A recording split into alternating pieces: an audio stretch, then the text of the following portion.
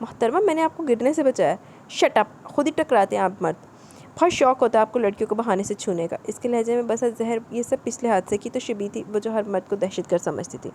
Hello محترمہ میں ایسا بالکل نہیں ہوں. ملک کا محافظ ہوں. ہر شہری کی عزت ہمارے لیے قیمتی ہے. اس کے بھی دماغ پر ہی لگی. ملک کے محافظ. آپ محافظ تو لٹیرے بھی ہوتے ہیں. اتنے میں شہوار آ گئی. نیلوفر کا ایسا غضبناک انداز اور اروان سے الجھنا وہ تو گھبرائے گی. دیکھیے مس آپ بہت غلط بات کر رہی ہیں. وہ بھی پھر بھی تحمل سے بولا. آپ کو میں ٹھیک ہی بات کہہ رہی ہوں. آپ سب لٹیرے ہوتے ہیں, درندہ ہوتے ہیں. وہ تو بالکل ہی حواسوں سے باہر ہو گئی. اتنے میں پورے گھر میں شور مچ گیا. شہوار نے نیلوفر کو چپ کروایا جب رونے لگی تھی. آپ ہی اپنی نند کے دماغ کا نا علاج کروائیں. یہ ہر ایک کو کچھ بھی بول دیتی ہے. اسے غصہ بھی بہت آ رہا تھا. بھناتا وہ باہر نکل کے. شہوار الگ ملول سی ہوگی. نیلوفر کی طبیعت خراب ہونے لگی. فرجاد احمد تو گھبرائی گئے. ارے فرجاد بیٹا ٹھیک ہو جائے گی, تم فکر نہ کرو. دادی جان نے تسلی دی. نیل کو ان کے ہی کمرے میں لٹایا تھا. وہ روئے جا رہی تھی. سویرا کے سسرال والے بھی آ گئے تھے تو سب کو لان میں ہی جانا پڑا جہاں سارا کچھ انتظام تھا. نیلوفر کی جب آنکھ کھلی تو وہ بھی باہر آ گئی. اروان تمہیں پتہ ہے نا وہ کس شوق سے گزری ہے. پلیز میرے بھائی تم ناراض نہیں ہونا. شہوار سے معذرت کری تھی. وہ لب بھینچے ہوئے تھا. حالانکہ وہ نیلوفر کے لیے اپنے دل میں نرم گوشہ بھی رکھتا تھا. اس کا ایک ہی حل ہے کہ آپ اپنی نند کی شادی کر دیں ورنہ آپ کے لیے بہت مسئلہ ہوگا. اس نے خاصی سنجیدگی سے انہیں مشورہ دیا. وہ لان میں بھی الگ چیئر پر بیٹھا تھا. سب سے الگ تھلگ. شادی کے نام سے چڑھتی ہے. وہ افسردگی سے گویا ہوئی. پھر تو آپ کی نند کی دماغی حالت کبھی نہیں ٹھیک ہوگی. وہ یہ کہہ کر اٹھ گیا. شہوار نے جاتے ہوئے اس کی چوڑی پشت کو دیکھا جیسے وہ ان کو سوچ کو ایک سرا تھما گیا. کہا بھی اس نے ٹھیک تھا. گل تو صحیح کہہ رہے. نویاں سوچاں جب آ گیا انہوں شہوار نو. شہوار نے بہت سوچ سمجھ کر جو فیصلہ کیا اس نے فرجاد احمد کو آگاہ کر دیا. وہ تو ذبذب کا شکار ہو گیا کیونکہ ان کی بہن تو کبھی مانے گی نہیں. شہوار تم جانتی ہو نا وہ شادی کے نام تک سے چڑھتی ہے. وہ اگر چڑھتی ہے تو ہم اسے اس کے حال پر تو نہیں چھوڑ سکتے نا. اور پھر ڈاکٹر نے بھی کہا کہ نیلوفر کی جتنی جلدی شادی کر دے تو اچھا ہے. وہ تو مصمم ارادہ کر چکی تھی کہ نیلوفر کی شادی ضرور کریں گے اور اس کے لیے ایک سمجھدار بندے کا ہونا ضروری تھا. اور وہ سمجھدار تو تحمل مزاج انہیں اروان ہی لگا. اسے راضی کرنا مشکل ہے. وہ بیڈ کی بیک گراؤنڈ سے ٹیک لگائے فکر مند سے لہجے میں گویا ہوئے. نیلوفر کی فکر انہیں دن رات ہی رہتی. ذرا سی بھی اسے چھینک آتی تو وہ ڈاکٹر کو ضرور دکھاتے تھے. اسے راضی میں کروں گی لیکن اس کے لیے اس پر کچھ سختی کرنی پڑے گی. آپ کچھ نہیں بولیں گے. انہوں نے شہادت کی انگلی اٹھا کر انہیں گویا جتایا. وہ لب بھینچ کے رہ گئے. لیکن شہوار وہ بہت ضدی ہے. اس کی ضدی طبیعت ہی تو توڑنی ہے. اور پھر اس کے دل و دماغ میں جو ڈر و خوف ہے وہ صرف اس کی شادی کے بعد ہی نکل سکتا ہے. جب وہ جائز و شرعی بندھن میں بندھے گی نا تو خود بخود اس کا ڈر و خوف نکل جائے گا. وہ انہیں سمجھا رہی تھی. ایک ہفتہ انہوں نے بہت سوچنے کے بعد ہی اپنے گھر میں بھی ذکر کر دیا تھا. چچا جان تو فوراً راضی ہو گئے. البتہ چچی جان کچھ اروان کی وجہ سے بھی چپ تھی. اروان کو اعتراض نہ ہو کہ نیلوفر کو ہم نے اس پر زبردستی تھوپ دیا. وہ نیلوفر کی پاگلوں جیسی حالت کو بھی جانتے ہی تھے کہ راتوں کو اٹھ کر چیخیں بھی مارتی تھی. اروان سب جانتا ہے. ہم اروان پر زبردستی نہیں تھوپیں گے. پوری رضامندی لیں گے. ہماری نیلوفر خوبصورت ہے, پڑھی لکھی ہے اور لڑکیوں کی طرح اس میں چلاکیاں نہیں ہیں. وہ فوراً اس کی حمایت پر اتر آئیں. پھر وہ ان سے اتنی قریب تھی کہ جیسے ایک بیٹی ماں کی ہوتی ہے. سوچ لو اروان کی جاب کیا جبکہ نیلوفر پولیس والوں سے نفرت کرتی ہے. فرجاد احمد کو تو ہر طرح کی فکر بھی تھی اور ڈر بھی تھا کہ کہیں نیلوفر کو اروان ناپسندی نہ کرتے. سویرا کی منگنی کے روز اس سے کافی تلخ کلامی بھی ہوئی تھی. آپ ساری فکریں چھوڑ دیں اور سب مجھ پر چھوڑ دیں. انہوں نے مضبوط لہجے میں انہیں اطمینان دلایا. فرجاد احمد نے بھی کچھ نہ کہا. وہ پھر نیلوفر کی خاطر یہ سب تو برداشت ہی کر لیں گے تاکہ وہ ٹھیک ہو جائے. اچھا جی دیکھنے ہوندی ٹھیک ہے کہ بہت خراب ہوندی. اروان آج کل دیر سے گھر آ رہا تھا اس لیے اسے موقع نہیں مل رہا تھا اس سے بات کرنے کا. مگر آج موقع مل ہی کہ اب اس کے کمرے میں چلے. خیریت ابو اتنی رات کو میرے کمرے میں؟ اروان نے دیکھ کر ٹھٹک ہی کیا. تمہارے ابو کو تم سے کچھ ضروری بات کرنی ہے. تم اپنی پولیس کی نوکری میں ایسے مصروف ہوتے ہو کہ تمہارے ابو کو تمہاری صورت کو ترس جاتے ہیں. ہمارا بیگم نے بھی مداخلت کی تو وہ جذبت سا ہو گیا. وہ دونوں بیڈ پر بیٹھ کے جبکہ تشویش بھرے انداز میں انہیں دیکھنے لگا. وہ بس آج کل کڈنیپ کا کیس چل رہا ہے. آپ تو جانتے ہیں خفیہ پولیس والوں کو تو کسی بھی وقت جانا پڑ جاتا ہے. وہ سر کھجانے لگا. اروان بیٹھو مجھے تم سے کچھ پوچھنا ہے. رضوان احمد نے اسے سنگل صوفے کی جانب بیٹھنے کا اشارہ کیا. وہ چونک گیا کہ ابو اور اتنے سنجیدہ اور خاموش بھی تھے. جی ابو کہیے. مؤدب بن کر سر جھکا کے بیٹھ گیا. دیکھو اروان ہم نے جو فیصلہ کیا بلکہ بہت سوچنے سمجھنے کے بعد ہی اس نتیجے پر پہنچے کہ تم سے بہتر و متحمل مزاج شخص کوئی نہیں ہوگا. قدر توقف کے بعد وہ اتنی لمبی تمہید باندھنے لگے جبکہ ہمیرا بیگم پہلو بدل کر رہ گئی. ابو اتنی لمبی تمہید کا مطلب؟ اسے جانے کی بات کچھ گمبھیر سی لگی. شہوار کی نند سے ہم نے تمہاری بات پکی کر دی ہے اور اس 2 ماہ میں تمہاری شادی بھی کرنی ہے. جی ابو. وہ بیٹھے سے کھڑا ہی ہو گیا بلکہ کچھ بوکھلا بھی گیا. ایسی غیر متوقع بات سماعت یقین ہی نہیں کر پا رہی تھی. شہوار نے بہت رو کے ہم سے کہا کہ اس کے لیے بیٹا دیکھو شہوار ہماری اپنی ہے اور پھر تم اس کے بھائی ہو. تم اس کی پریشانی کا خیال کرو کیونکہ پتہ نہیں کوئی اور شخص اس لڑکی کے ساتھ سلوک ٹھیک بھی رکھے گا یا نہیں. ابو میں شادی نہیں کرنا چاہتا. میری جاب جانتے ہیں میں گھر تک میں کم رہتا ہوں. پھر سب کوئی مجھ سے شکایت رہتی ہے. اگر اسے بھی ہوئی تو یہ تو پھر ظلم ہوا نا. وہ عذر بھی بتانے لگا. یہ سب شہوار کو پتہ ہے. اور پھر جب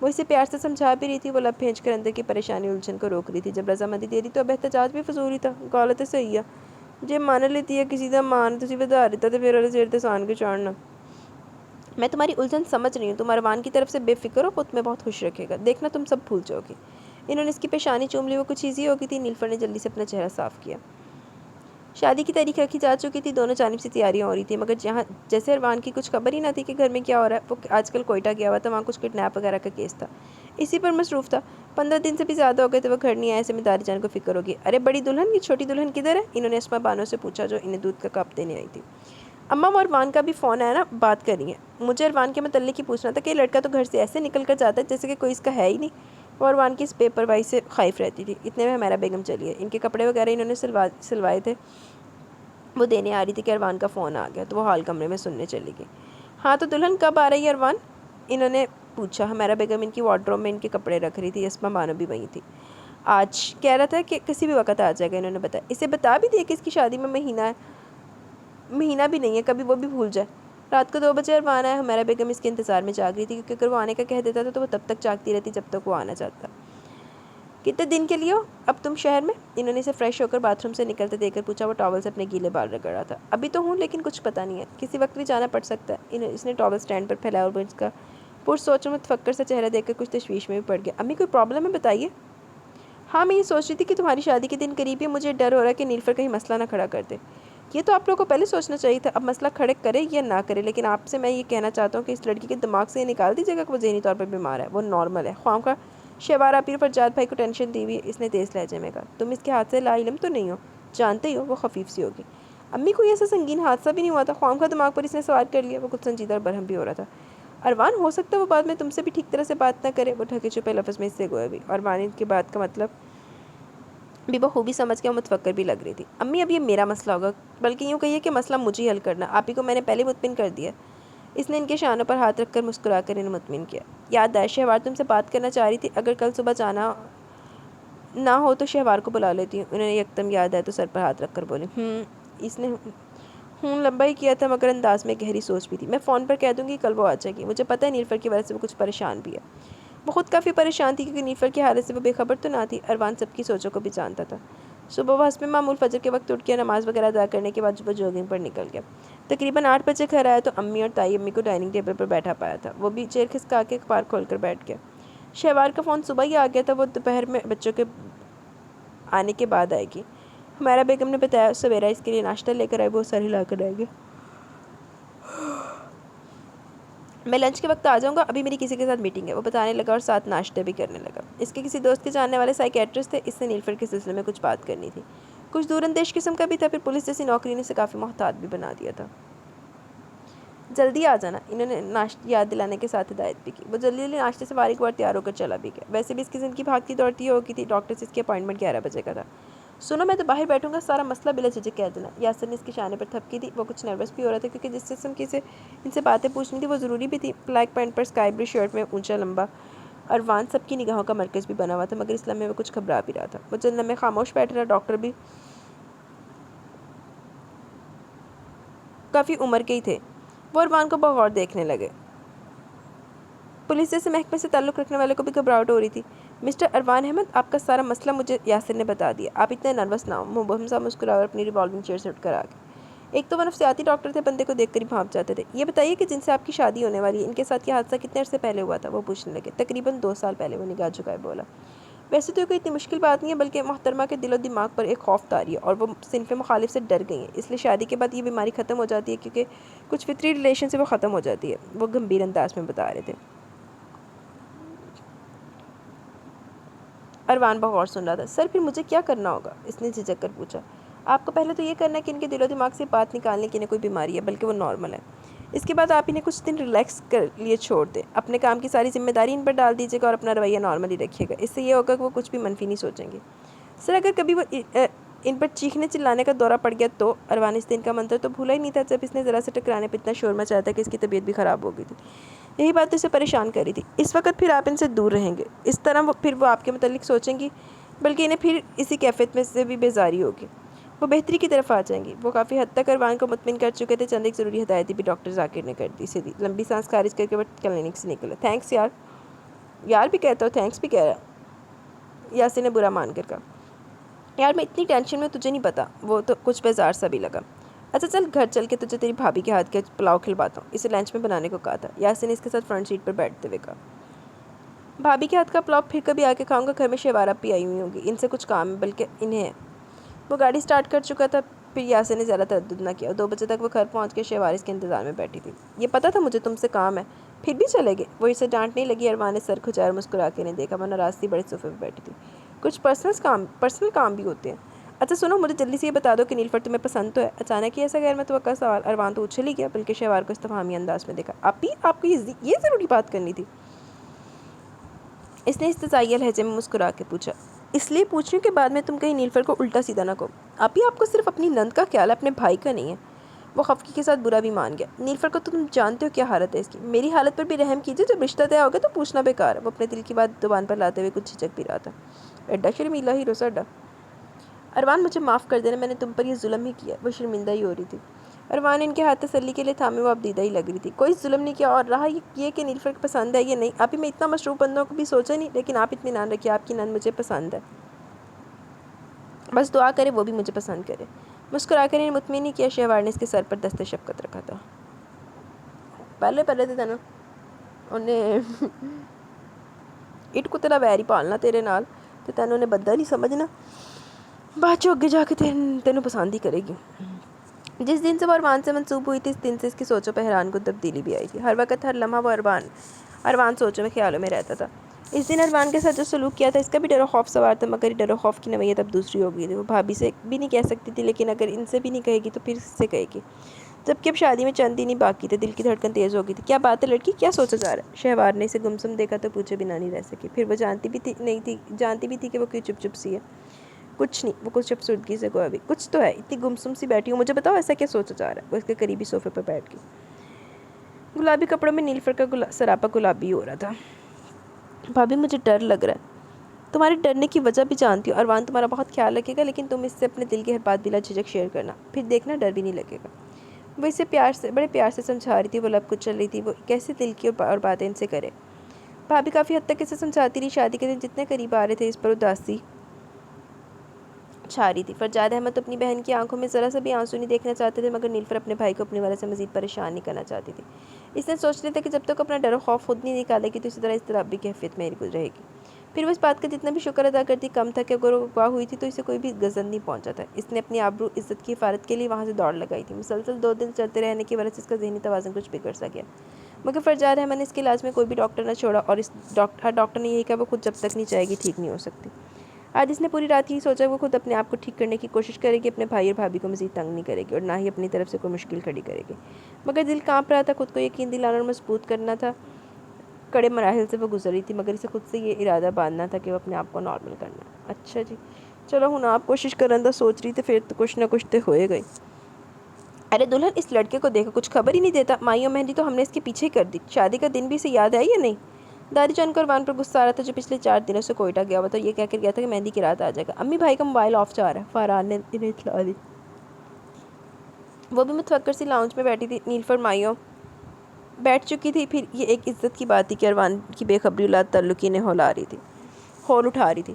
لڑکے کو کچھ احساس بھی ہے؟ کل بارات جانی ہے، دادی جان تیز لہجے میں برہم ہونے لگی۔ کچھ ہی دیر میں چچا جان طیبو بھی آگے، فکر تو سب کو ہی تھی شام سے رات ہوگی، مگر اروان سے کوئی رابطہ نہیں ہو رہا تھا۔ چچا جان آگے اروان بھائی، لبینہ نے دور سے ہی ہانک لگائی۔ سبھی چونک گئے۔ اروان سب کے پریشان چہرے کو دیکھ کر کچھ شرمندہ سا ہو گیا۔ رضوان احمد کی گسیلی نگاہوں نے اس کا طواف کیا۔ دور فٹے منہ تین 2 چنڈا بھی پڑنیاں چاہیے ویاہ تو پہلے۔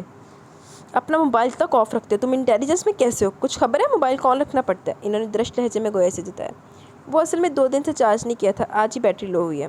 وہ خفیف سا ہو گیا۔ ہمیرا بیگم نے کوئی تشکر بھرا سانس لے کے وہ آ گیا تھا۔ بیٹا ہم تو پریشان ہو رہے تھے کہ پتہ نہیں تمہیں خبر بھی ہے کہ نہیں، کل تمہاری شادی ہے، دادی جان نے بھی گویا سے سخت سنایا۔ سوری بس کچھ کیس ہی ایسا ہے کہ خبر نہیں رہی، آج بھی مشکل سے ہیں۔ کتنے دن کی چھٹی پر آئے ہو؟ ہمیرا بیگم نے استفسار کیا۔ ابھی تو ہوں، فکر نہ کرے، اتنی جلدی نہیں جاؤں گا۔ وہ ان سب کو یہ بتا کر اور فکر میں نہیں مبتلا کرنا چاہ رہا تھا کہ اسے ان 2 دنوں میں کسی بھی وقت پھر کوئٹہ کے لیے روانہ ہونا ہے۔ اسمگلنگ کا کیس تھا۔ اچھا تم جلدی سے فریش ہو کر کھانا کھا لو، تھکے ہوئے لگ رہے ہو۔ میرا بیگم نے اس کی تھکن چہرے پر دیکھ لی تھی، ہلکی بڑی ہوئی شیب اس پر آنکھیں تک نیند سے سرخی لگ رہی تھی۔ وہ فوراً ہی اٹھ گیا تھا۔ جیسے اپنے کمرے میں آیا وہاں کا نقشہ دیکھ کر حیرانگی سے جھٹکا کھا کر رہ گیا۔ پورے کمرے میں سجاوٹ کی ہوئی تھی، لب مسکرا دی، یعنی کل کے دن وہ لڑکی اس کی زندگی میں شامل ہو جائے گی اور وہ یہاں روبرو ہوگی۔ وارڈروب کھول کر اپنا ایزی سا قمیص شلوار لے کر باتھ روم میں گھس گیا۔ بات لینے کے بعد اس نے کھانا کھایا، نیند کا غلبہ بھی ہو رہا تھا، پورا بیڈ ہی سجا تھا، وہ دھڑ سے لیٹتے سو گیا۔ حسب معمول وہ صبح ہی اٹھا۔ یار یہ ایک تو نا بار بار ہینڈ فری نا میرے بازو میں رول ہوئی جا رہی ہے، اور بازو میں میرے آج انہوں نے بلڈ سیمپل لیے تھے، بازو میرا ہلتا نہیں پیا۔ کدھر گیا؟ حسب معمول وہ صبح ہی اٹھا تھا۔ گھر میں ایک شور سا تھا، سبھی بارات لے جانے کی تیاریوں میں لگے ہوئے تھے۔ اروان سب کی تیاریاں دیکھ رہا تھا۔ اس کا دوست یاسر اس سے ملنے پہلے ہی آ گیا تھا، تیاری میں اس کی مدد کی تھی۔ اروان آف وائٹ شیروانی اور کلہ میں خاصا گجاز میں نظر لگ رہا تھا۔ دادی جان دوائی دینے کے ساتھ جھٹ نظر بھی اتارتی تھی۔ بھائی اپنا موبائل مجھے دے، گاڑی میں بیٹھتے فاران نے سے کہا۔ کیوں؟ وہ جیسے سمجھا نہیں۔ دادی جان نے کہا کہ آپ کا موبائل لے لیا جائے ورنہ آپ کو موبائل چین نہیں لینے دے گا۔ قطعی نہیں، اس نے فاران کو سخت لہجے میں منع کیا۔ بارات نکلنے کو تیار تھی جبکہ صبح ہی اروان کے موبائل پر کالز آ رہی تھی کہ اسے کوئٹہ جانا تھا۔ وہ سچویشن ایسی تھی کہ جا بھی نہیں سکتا تھا۔ بارات 11 بجے پہنچ کی، نکاح بھی جلدی ہو گیا۔ بلڈ ریڈ رنگ لہنگے میں نیلوفر کو جیولری میک اپ نے اور دلکش بنا دیا تھا۔ وہ سر جھکائے اپنے دھڑکتے دل کے ساتھ۔ ہائے ہائے کدھر چلا گیا؟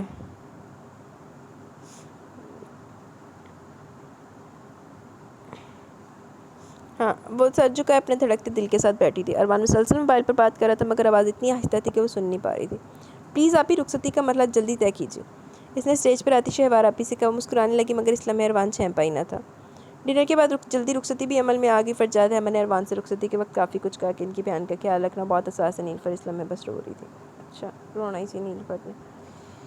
اسے اروان کے خوبصورت سے سجے سجائے بیڈ پر روم میں بٹھا دیا گیا۔ دل کی دھک دھک بڑھ گئی تھی، ہاتھوں پیروں میں پسینہ تھا، مگر اس بار وہ ڈر و خوف نہ تھا بلکہ اروان کی باروب شخصیت کا ڈر تھا جسے اسے فیس کرنا تھا۔ وہ سر جھکائے بیٹھی تھی۔ تقریباً آدھے گھنٹے بعد وہ بھاری قدموں سے اندر آیا۔ نیلوفر نے پہلو بدلا۔ اسی وقت اس خوابناک ماحول میں اس کے وجود کی مسحور کن مہک اور چوڑیوں کا شور اروان کو متوجہ کر گیا۔ وہ اس پری پیکر کو حیرانگی سے دیکھ رہا تھا جس کا انگ انگ صرف اس کے لیے سجایا گیا تھا۔ اچٹتی نگاہ ڈالی مگر نگاہ تو پلٹنا گوارا کر ہی نہیں رہی تھی۔ وسیع اور اس بیڈ پر سیج کی لڑیوں سے جھانکتا ہوا وجود۔ اروان نے لب بھینچ لیے اور کپڑے چینج کرنے باتھ روم میں گھس گیا۔ نیلوفر کے لب کانپ رہے تھے، وہ اس رات کے فطری تقاضوں کو بھی اچھی طرح جانتی تھی، پھر بھابھی کی ہدایتیں سب بھی اس کا دل دھڑکا رہی تھی۔ ہائے اللہ! وہ کپڑے چینج کر کے آ چکا تھا، ایزی سا اسکائی بلو قمیص شلوار جس میں وہ وقار اور مردانگی کا شاہکار ہی لگ رہا تھا۔ وہ بیڈ پر ہی آ گیا۔ وہ سکڑ سمٹ سی گئی۔ مجھ سے آپ کو ڈرنے کی ضرورت نہیں ہے، گمبھیر آواز میں گویا مگر لہجے میں رکھائی سی لگی۔ نیلوفر نے محسوس بھی کیا، اپنے سرخ لپسٹک سے مزین نازک لبوں کو بھینچ لیا۔ بقول آپ کے بہت شوق ہوتا ہے مردوں کو بہانے سے لڑکیوں کو چھونے کا، اور آج اتفاق دیکھیے مجھے بہانے کی بھی ضرورت نہیں بلکہ پرماننٹ سرٹیفکیٹ ہے میرے پاس، جائز ذرائع میرے پاس۔ لہجے میں معنی خیزی اور طنز بھی تھا۔ نیلوفر کی ریڑھ کی ہڈی میں سنسنی سی دوڑ گئی۔ اسے تو توقع بھی نہیں تھی کہ سماعتیں یہ بھی سنے گی۔ بھابھی نے تو کہا تھا کہ اروان تمہارا بہت خیال رکھے گا، مگر یہ شخص تو لفظوں کی سنگباری کر رہا تھا۔ آنکھوں میں نمی در آئی۔ اس لمحے نہ ڈر تھا نہ خوف، بس ایک دکھ تھا، افسوس تھا۔ جس سے زندگی بھر کا ناتا جوڑ کے آئی تھی وہ اتنا روڈ ہوگا۔ وہ اس کے قریبی نیم دراز تھا، نگاہوں میں کچھ ایسی بارافت اور والیانہ پن تھا کہ نیلوفر کا دل بے ہنگم انداز میں دھڑکا۔ اروان نے نگاہ ہٹا لی۔ میں ساری زندگی آپ کو نہیں چھوؤں گا، یاد رکھیے گا۔ ایک دم ہی دھماکہ نیلوفر کے ہاتھوں سے آنچل چھوٹ گیا۔ اروان نے حواس باختہ اس کا چہرہ دیکھا تو مبہوت زدہ رہ گیا۔ اس نے تو اپنے مزاج و طبیعت کے برعکس ہی اتنے مضبوط انداز میں سامنا کیا تھا۔ تھینکس، آپ نے میری مشکل آسان کر دی۔ میں ویسے ایک ناپسندیدہ پروفیشن والے شخص کے ساتھ شادی نہیں کرنا چاہتی تھی۔ اگر اپنے بھائی اور بھابھی کا خیال نہ ہوتا تو میں اپنی ضد پر اڑ بھی سکتی تھی۔ ماں صدقے چلی جا۔ اسے اروان کے سرد مہر اور بے نیاز لب و لہجے پر رونا ہی آ رہا تھا مگر اسے خود کو پورا اعتماد اور مضبوط بھی تو ظاہر کرنا تھا۔ وہ ساری زندگی اس رشتے کو نبھائے گی، اپنے بھائی اور بھابھی کو کچھ نہیں بتائے گی۔ نیلوفر کے سرخ عارضوں پر سیاہ دراز پلکیں لرز رہی تھی۔ وہ اپنے نفس کے گھوڑے کی لگام کو مضبوطی سے پکڑے ہوئے تھا کیونکہ نیلوفر کے دل و دماغ سے خوف نکالنے کے لیے سب بھی ضروری تھا۔ وہ بیڈ سے دوسری سائڈ سے اترنے لگی۔ اروان کا موبائل بیپ دینے لگا جو ڈریسنگ ٹیبل پر رکھا ہوا تھا۔ تیزی سے اٹھا اور ریسیو کر لیا۔ نیلوفر رک گئی۔ وہ راہ میں حائل تھا، نگاہ تو اس مغرور شخص کو دیکھنا گوارا نہیں کر رہی تھی مگر یہ بھی نہیں کر سکتی تھی۔ وہ موبائل پر بات کر رہا تھا۔ اوکے اوکے یار میں پہنچتا ہوں۔ وہ اجرت میں آ گیا۔ کم آن، شادی میری ہو گئی ہے، پھر اہم فریضہ نکاح کا ہوتا ہے اور وہ انجام پا گیا۔ میں آتا ہوں، تم گاڑی الرٹ کرواؤ۔ اس نے دوسری جانب شخص کو ہدایتیں دینے کے بعد موبائل آف کر دیا۔ فوراً وارڈروب سے بیگ نکالا، اسے اپنے چند کپڑے رکھے اور ضرورت کی چیزیں کچھ ڈریسنگ ٹیبل سے تو کچھ باتھ روم سے اٹھا کر جلدی جلدی بیگ میں رکھنے لگا۔ نیلوفر حیرت و انبساط سے کھڑی اس کی حرکات و سکنات دیکھ رہی تھی۔ ایک ڈبہ اسے تھمایا جو نیلوفر نے چونک کر لیا۔ اگر تم میرے ساتھ فیئر ہوتی یا میرے لیے تمہارے دل میں ذرا بھی گنجائش ہوتی تو ضرور میں آپ کو اپنے ہاتھوں سے پہناتا۔ خیر اینی وے یہ آپ کا گفٹ ہے۔ وہ اسپاٹ لہجے میں بولتا، اتنا کڑوا اور طنزیہ لگ رہا تھا کہ وہ لب کچلنے لگی۔ چند لمحوں میں وہ باتھ روم میں کپڑے چینج کر کے بلیک پینٹ شرٹ میں بلیک لیدر کی جیکٹ میں ڈیسنٹ لگ رہا تھا. وہ تذبذب کا شکار کے جواب میں وہ معافی مانگے یا کیا کرے. مجھے بھی کوئٹہ کے لیے جانا ہے, شاید 10-15 دن لگ جائے. جانا ضروری ہے ورنہ رک جاتا. اور ہاں, سب گھر والے آپ سے پوچھیں گے کہ اس لیے جتنا بتایا اتنا ہی بتائیے گا. گویا حکم تھا یہ بھی. اس نے بیگ اٹھایا اور الوداعی نگاہ ڈالی. دل تو کہہ رہا تھا صرف چند لمحے وہ اس کی قربت کی حاصل کر لے جو صرف اس کی ہے. سر چھٹکتا وہ دبے پاؤں نکل گیا. نیلوفر کی آنکھوں میں آنسو تو آئے مگر روک لیے, بلکہ لب اروان کے لیے دعا گو تھے کہ وہ جس مشن پر جا رہے اسے کامیابی نصیب ہو. وہ حیران تھی اپنی اس بدلتی کیفیت پر. صرف ایک دن میں اس کی سوچوں میں فرق آیا تھا. خود میں اس نے اعتماد اور مضبوطی بھی نوٹ کی تھی. شاید یہ اروان کا تحفظ ہی تھا. کپڑے چینج کرنے کے بعد بیڈ پر لیٹ کی اس کی ایسی مانی خیز رات جس میں وہ تو تھی مگر شوخی شرارت کرنے والا نہ تھا. دل اروان کی طرف ہمک رہا تھا. اس کے لہجے کی گمبھیرتا میں کھوسی کی, مگر سوچ لیا کہ اروان کا دل جیتنے کی کوشش کرے گی جس نے اتنا سنگین حادثہ جس کو جانتے بوجھتے بھی قبول کیا. وہ بھی مرد تھا. الٹی سیدھی سوچیں آ ہی رہی ہوں گی. شاید وہ انچھوئی نہ ہو. دل پھر بے چین ہو گیا کہ اروان کا یہ رویہ اسی وجہ سے تو نہیں تھا. دوسرے دن صبح وہ جلدی اٹھ گئی. ہمارا بیگم اس کے کمرے میں نوک کر کے آگے نیلوفر کو تنہا دیکھ کر حیران ہو گیا. اروان کی بابت سے پوچھا, تم نے کیا کہا تھا؟ اروان پر اب خفا ہی ہونے لگی تھی کہ اس نے ذرا بھی نیلوفر کا خیال نہ کیا اور چلا گیا. وہ سر جھکائے گلابی کپڑوں میں سارا سے سرابے میں بیٹھی تھی. وہ جیسے کمرے میں ان کا فون آ گیا. مجھے بس اتنا ہی کہا کہ 10-15 دن لگ جائیں گے. شرماتے ہوئے لہجے میں اس نے اتنا ہی بتایا. دیگر باتوں کو مخفی رکھا. میرا بیگم سر پکڑ کر رہ گئی. گھر میں سب کو پتہ چل گیا. سب کو غصہ بھی آ رہا تھا. اتنے میں نیلوفر کے گھر والے بھی آ گئے. شہوار کو پتہ چلا تو وہ بھی شوق میں آ گئی. وہ اس سے ملنے کمرے میں آ گئی. بھابی نے ایمرجنسی میں جانا پڑ گیا. وہ کچھ منمنا کے آہستگی سے گوئی. تم نے روکا نہیں اسے؟ انہیں نیلوفر پہ غصہ آ رہا تھا جس نے اروان کو جانے دیا. کیسے روکتی میں؟ وہ منمنائی. کچھ منہ بھی بسورا. نیلوفر کچھ گڑبڑ تو نہیں کرتی تم نے؟ وہ شوقی لہجے میں تشویش بھرے انداز میں اس کا تنقیدی جائزہ بھی لینے لگی جو سر جھکائے اپنے تاثرات بھی چھپا رہی تھی کہ بھابی کچھ اور ہی ناقص کر لے. کوئی گڑبڑ نہیں کی میں نے. ان کی کال ہی غلط ٹائم پر آئی. الٹا مجھے غصہ آ رہا ہے کہ مگر سچویشن ایسی تھی. آپ نے کہا تھا کہ منہ بند رکھنا ہے. معصومیت اور سادگی سے بولتی ہوئی انہیں پیاری لگی. اتنی پیاری لگی. ہائے اللہ جی. تو وہ پھر خاموش ہو گئی. اس سے وہ گھر لے آئی کیونکہ ولیمہ تو کینسل ہی کرنا پڑا کہ اروان کی موجودگی نہ تھی. اور کی دولہے تو بغیر کرنا سی ولیمہ. 3-4 دن وہ گھر رہ کر آ گئی. ہمارا بیگم چاہتی تھی کہ وہ اروان کے پیچھے کچھ سیٹ ہو جائے تاکہ اسے بھی کوئی پرابلم نہ ہو. گھر کے کاموں میں بھی حصہ لینے لگی تھی. پھر دادی جان کی روک ٹوک بھی رہتی تھی. وہ کچھ محتاط بھی رہتی. دن بھر کے کاموں میں رات کو وہ سویرا اور لبینہ کے ساتھ مل کر ٹی وی وغیرہ دیکھ لیتی. بڑی دلہن کچھ خیر خبر بھی دے رہا ہے یہ لڑکا یا نہیں؟ انہوں نے ہمارا بیگم سے پوچھا. نیلوفر بھی ان کے پاس ہی بیٹھی تھی. اروان کی ہٹوں کے تو کان ہر وقت منتظر رہتے. آپ بے فکر رہیے, فون برابر کر رہا ہے وہ. انہوں نے گلابی کپڑوں میں ملبوس لائٹ سے میک اپ میں نیلوفر کا پہلو بدلنا دیکھا. اس کے سامنے شرمندگی ہوتی تھی. اروان پہلی رات سے چھوڑ کر چلا گیا تھا. نیلوفر سے بات بھی کی یا نہیں؟ اتنے میں گھر کے باقی لوگ بھی وہاں آ گئے تو ایک محفل سے جم گئی. ایسے میں نیلوفر کو اروان کے حوالے سے چھیڑا جاتا تو اسے اور بھی شرم محسوس ہوتی تھی. رات کو تمام کاموں سے فارغ ہونے کے بعد وہ اپنے بیڈ روم میں آ گئی. اروان کو گئے 15 دن ہو گئے تھے مگر اس کی خوشبو ابھی تک اس کمرے میں بسی ہوئی تھی.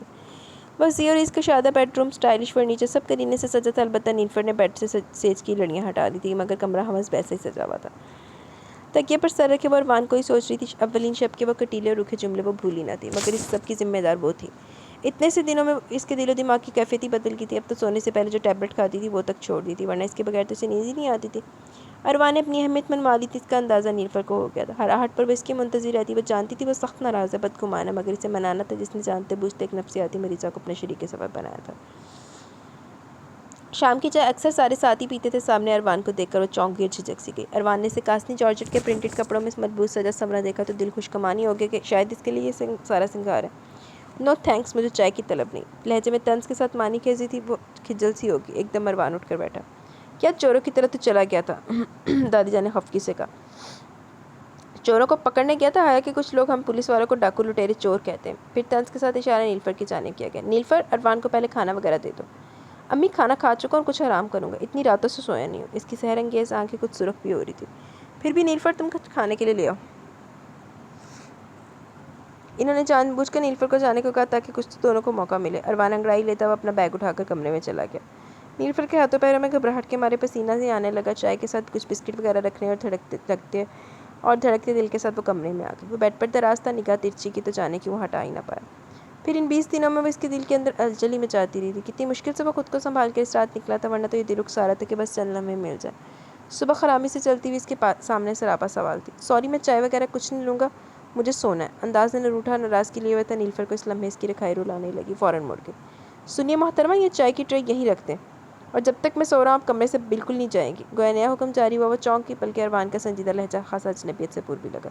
کیونکہ کمرے سے اگر آپ باہر گئی تو دادی جان ضرور سوال کریں گی. یقیناً اس دن بھی آپ سے کیے ہوں گے. سب نے وہ پوچھنے لگا. لیکن میں نے کسی کو کچھ ایسا نہیں بتایا کہ کوئی سوالات کرتا ہے. اسے غصہ تو آ رہا تھا مگر اس وقت اسے ضبط ہی کرنا تھا. پھر ساتھ ساتھ بھابھی کی ہدایت تھی کہ عرفان کو کوئی شکایت نہ ہو. مگر مجھ سے تو کیے گئے ہیں نا. وہ کروٹ لینے لگا. نیلوفر لب کو چلتی ہوئی سنگل صوفے پر بیٹھ گئی. پھر عرفان نے مزید بات نہ کی. شام کے وقت وہ سویا تھا اور وہ زبردستی یہاں بیٹھی ہوئی تھی مگر دل بہت اداس ہو گئے تھے. اتنے دنوں بعد وہ آیا مگر اول دن کی طرح ہی روکھا اور سرد مہر تھا. دوسرے دن وہ حسب معمول صبح سویرے ہی اٹھا. ناشتہ اس نے لان میں کیا کیونکہ صبح کی تازہ ہوا میں وہ کچھ دیر ضرور بیٹھتا تھا. نیلوفر بھی جلدی اٹھ کے دل تو کل سے اس کا کافی اداس تھا. عرفان کا سرد مہر اور لا تعلق انداز کافی رنجیدہ کر رہا تھا. بے دلی سے ناشتہ کیا تھا. اتنے میں عرفان اخبار لیے چلا. اس نے چونک کر لمبے چوڑے ڈیسنٹ سے عرفان کو چوڑ نگاہوں سے دیکھا. سویرے اٹھنے کی عادت میرے بچے کو شروع سے ہی ہے. داری جان نے پیار بھری نگاہوں سے اسے دیکھا جو جواب میں مسکرا رہا تھا. پتہ نہیں کیوں مجھ سے دیر تک سویا ہی نہیں جاتا. نیلوفر جلدی جلدی ناشتہ کرنے کے بعد ڈائننگ ٹیبل سے برتن اٹھانے لگی. داری جان بھی ڈائننگ ٹیبل سے نکل کر اپنے کمرے میں چلی گئی تھی. عرفان بھی فریش ہونے کمرے میں جانے لگا. عرفان بات سنو میری. ہمارا بیگم نے اسے پکار لیا جو اندر کی طرف بڑھ رہا تھا. وہ مؤدب بن کر ان کی جانب گھوما جو کچھ پرسوچ و متفکر سی بھی لگ رہی تھی. عرفان نے ان کا تفصیلی جائزہ لیا. تم آج نیلوفر کو اس کے میکے لے جاؤ کیونکہ تمہارا ولیمہ تو رہ گیا. پھر شادی کے بعد وہ صرف ایک بار گئی ہے. اب تم آ کے تو خود لے جاؤ. وہ اسے احساس دلانے لگی کہ وہ اس گھر کا دماغ بھی ہے. میرا ارادہ ہے جانے کا. مجھے فراز کی طرف بھی جانا ہے. سادی اپنے اگلے پروگرام سے بھی آگاہ کیا تھا. انہوں نے مسکرا کے اپنے فرمانبردار بیٹے کے رخسار پر تھپکی دی. کمرے میں آنے کے بعد بیڈ پر نیم دراز ہو گیا تھا. کچھ ہی لمحوں میں نیلوفر بھی چلی ہے کیونکہ اسی کا آرڈر تھا کہ میرے کمرے میں جاتے ہی اسے بھی آنا ہے. جلدی سے آپ تیاری کریں. آپ کے میکے بھی جانا ہے. پھر وہاں سے میرے دوست کے گھر ڈنر ہے وہاں بھی جانا ہے. اس نے خاموشی سے نیلوفر کو گویا حکم دیا. وہ لب پھینچ کر آگے نہ کرنے کا تو سوال ہی نہ تھا. وہ تو فریش ہو کر اپنے کسی ضروری کام سے نکل گیا مگر اسے دوپہر تک تیار ہونے کا کہا تھا. دونوں 4 بجے کے قریب نکلے تھے. گھر پہنچتے عرفان کا تو اتنا زبردست استقبال ہوا کہ وہ جھینپ گیا. پہلے جلدی سے یہ بتاؤ لمبی چھٹیوں پر ہو نا.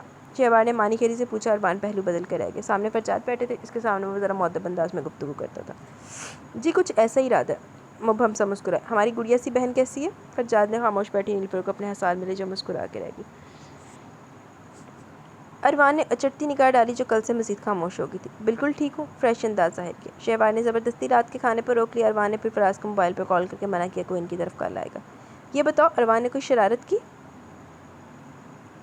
شہوار سرگوشی میں سے پوچھنے لگی جو اس کے ساتھ کچن میں لگی ہوئی تھی. فرصت ہی کب تھی؟ موصوف تو اتنے تھکے ہوئے تھے کہ سو گئے. اسے عرفان پر غصہ تو تھا ہی مگر اس نے یہ بھی سوچا تھا کہ بھابھی سے کوئی عرفان کے متعلق غلط بات بھی نہیں کرے گی ورنہ وہ پھر فکرمند ہو جائیں گی.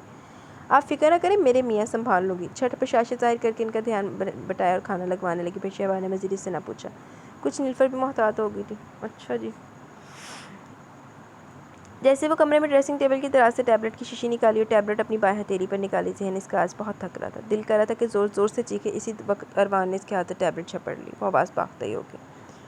میں نے کون سی ٹینشن دے دی کہ آپ کو ان ٹیبلٹ کی ضرورت پڑ گئی؟ لہجے میں طنز اور ناگواری تھی. نیلوفر لب کو چل رہی تھی. پلیز میں بہت ڈسٹرب ہوں. مجھے ٹیبلٹ کھانی ہے. وہ اس سے نگاہ نہیں ملا رہی تھی مگر اس وقت نیلوفر کا چہرہ مرجھایا ہوا لگ رہا تھا.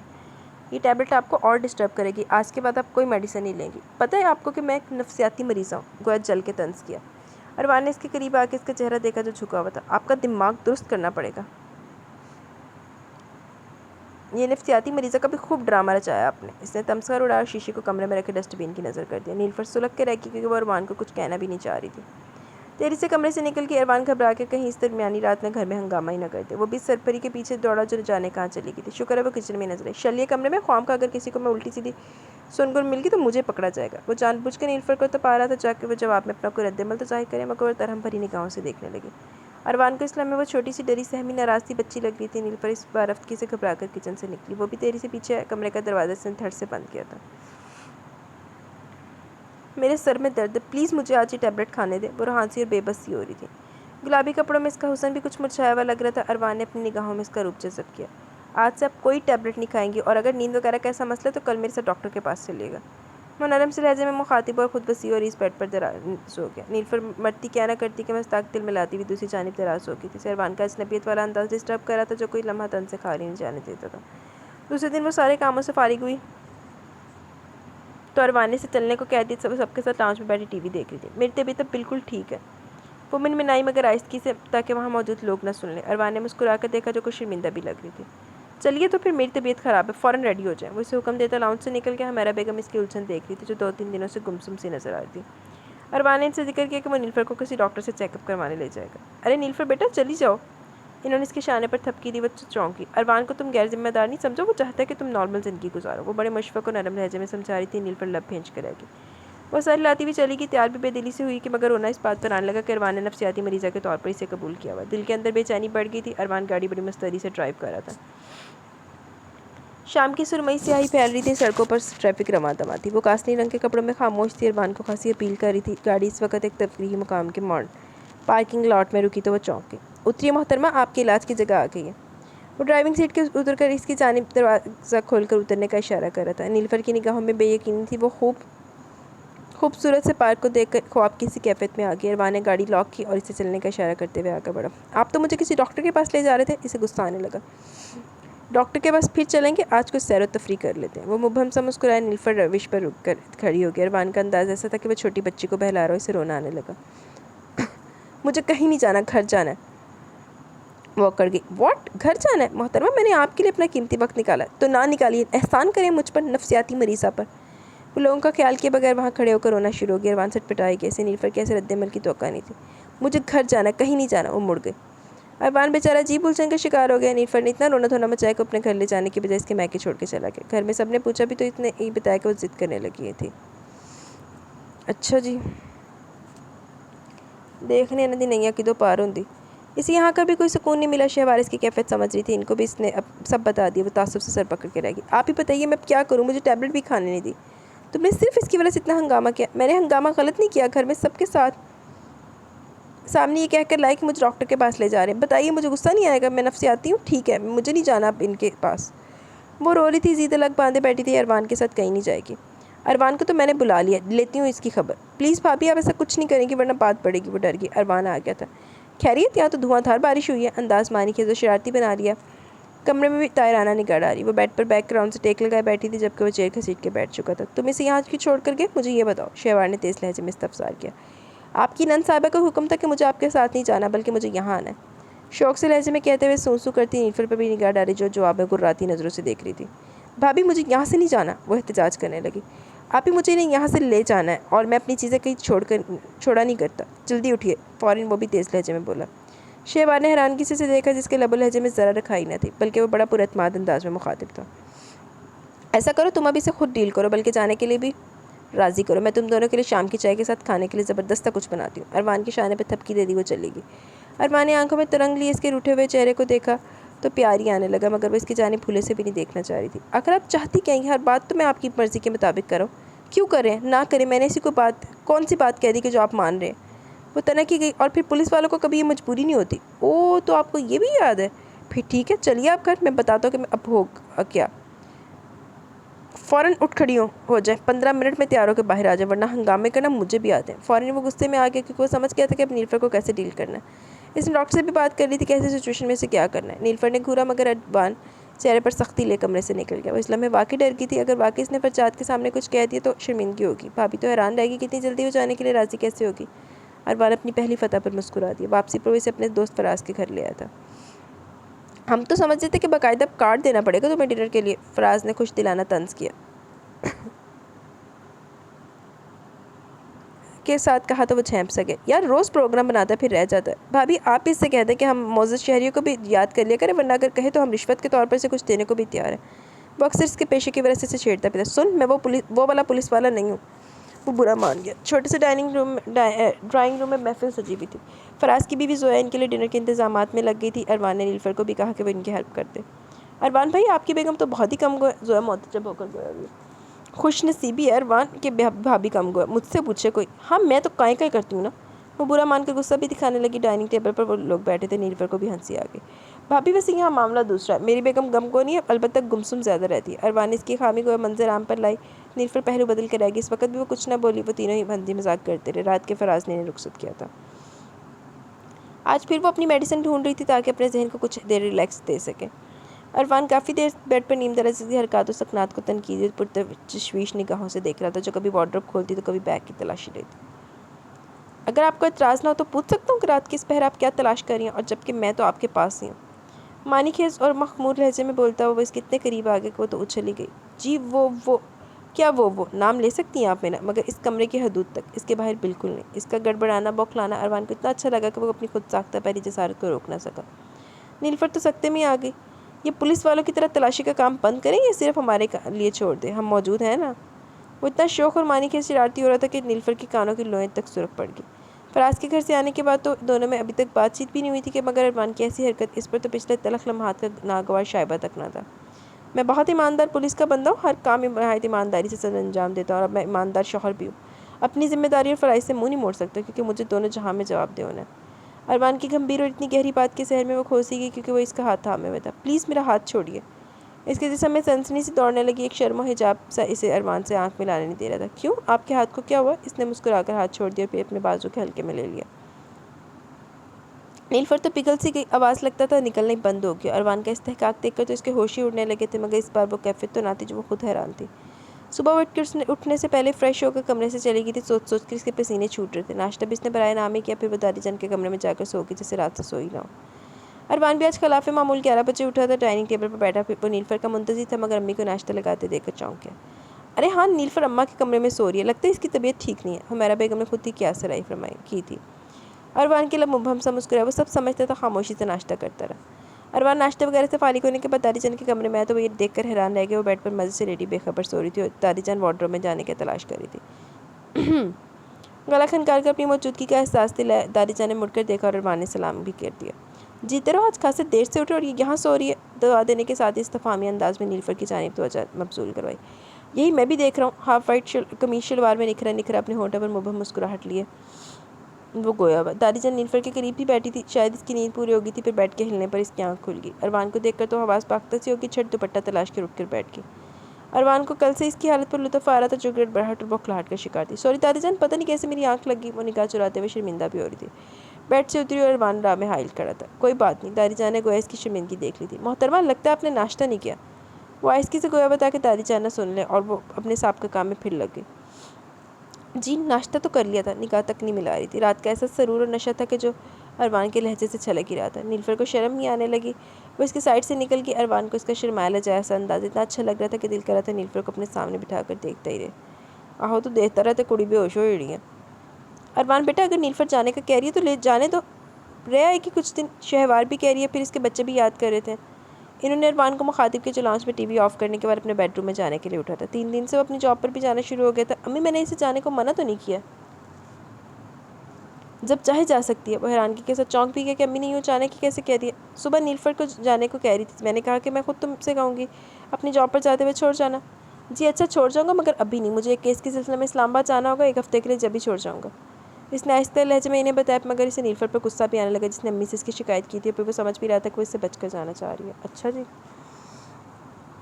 تمہیں جو بات بھی کہنی ہے مجھ سے کہو، میری ماں سے شکایت کیوں کرتی ہو؟ سنیے پلیز، مجھے کچھ دنوں کے لیے تو گھر جانے دیں۔ بھائی جان، بھابھی اور بچے مجھے یاد آ رہے ہیں۔ وہ ہانسی ہو کر گویا بھی جو کئی گھنٹوں سے کسی فائل کی ورگردانی کر رہا تھا۔ نیلوفر کا تھکا تھکا جھنجھلایا ہوا چہرہ دیکھ کر اسے ترس بھی آیا، مگر بے نیازی دکھا تو بیڈ پر چلا گیا۔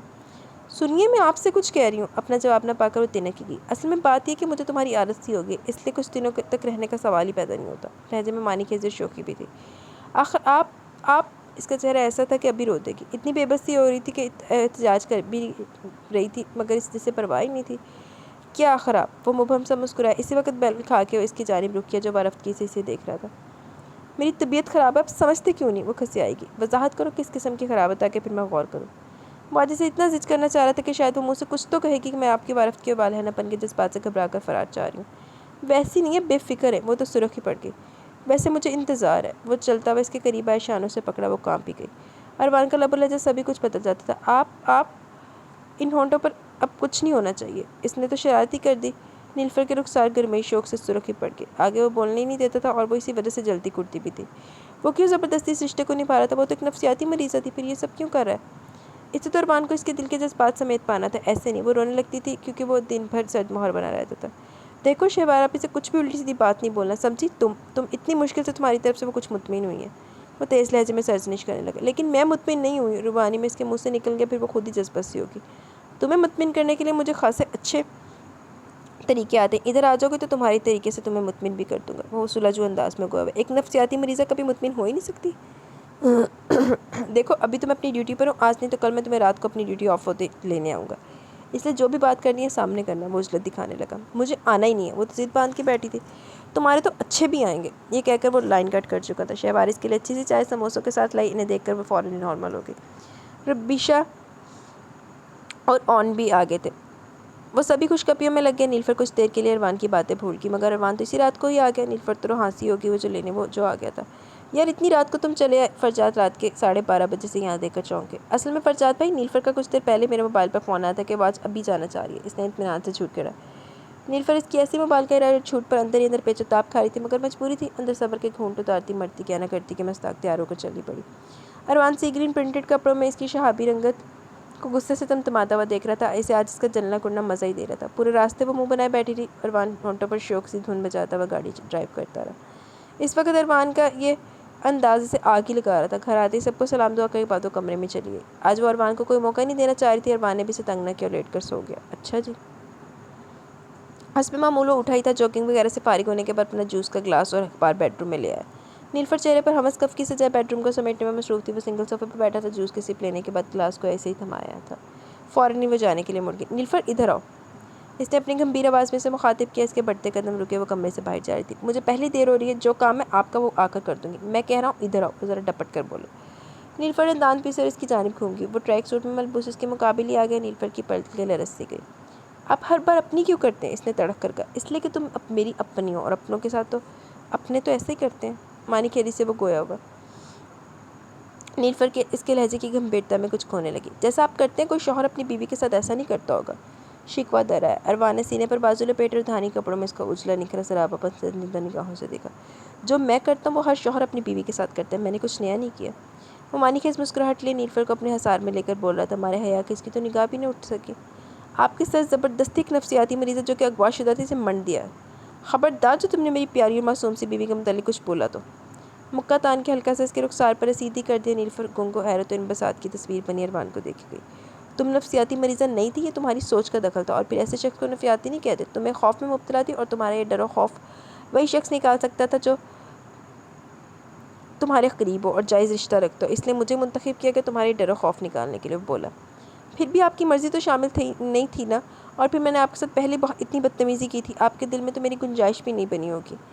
نگاہ جھکا کے وہ افسردگی سے بول رہی تھی، میرے دل میں تو گنجائش شروع سے ہی تھی، پھر جب دل کا معاملہ آ جائے تو سر کو جھکانا ہی تھا۔ وہ اس کی ساری غلط فہمی دور کرنا چاہ رہا تھا۔ وہ تمہیں انکار اس لیے کر رہا تھا کہ تم پولیس والوں کو برا جو سمجھتی ہو۔